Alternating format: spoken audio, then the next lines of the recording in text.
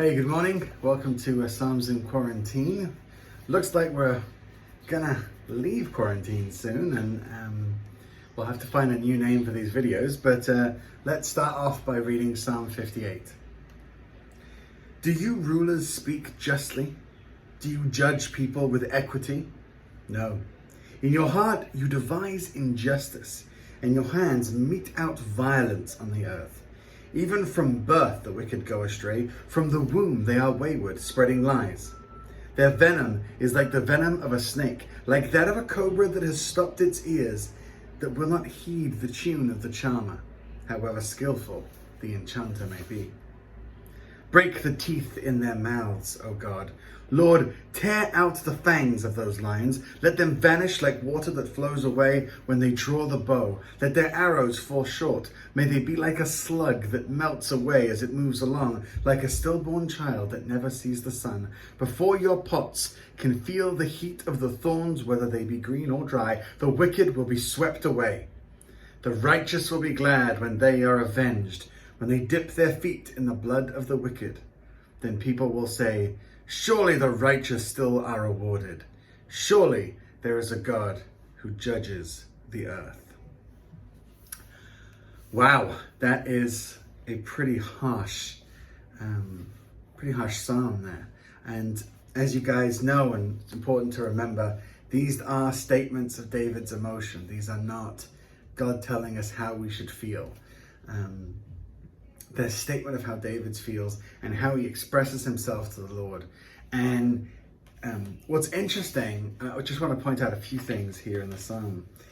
Firstly, we hear in verse 3 that David says, he's sort of talking about these wicked people, these wicked rulers, and he says, from birth they're born in iniquity. 2 psalms earlier in the way that the psalms are ordered, in Psalm 51, he says that he was born in iniquity as he's repenting. And, he uses this sort of way of describing how long people have been in sin to describe how extreme it is and how wretched they are. And I think it's important to do, when we're in that Psalm 53 moment and we're seeing the acts of wicked people, be it in our personal lives or on a geopolitical level, it's important to remember that, that's just like me. It's important to not to judge in a way that I am comparing and seeing myself as more righteous, but rather to be looking in the mirror when I point the finger, and to remember that that's so often the case. So one, I like seeing that. Secondly, I think it's important to notice that while he is really upset and he is using these animal metaphors of the snake that can't hear the charmer and the slug that melts away, and all of this stuff, and even, going as far as wishing that someone be a stillborn, with all of this stuff, it's still him praying to God. He's not going and doing it. He's not saying, God, this is what I'm going to do to them. This is what I'm going to end. He's not out there taking vengeance. He's coming to the Lord and pleading, God, this is what I see in front of my face. This is the kind of justice that I want from you. And he pours it out before him. I think it is important to remember he doesn't go and do this. He doesn't take justice into his own hands. He does not see himself as judge or jury in this case, but rather a prosecuting attorney, a prosecuting lawyer.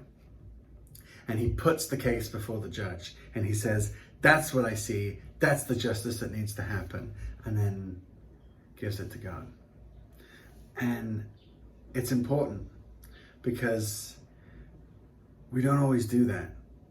And that's when we allow sin, people doing messed up stuff, to cause us to sin. We end up doing messed up stuff. And that's where it becomes problematic. That's where sin multiplies itself.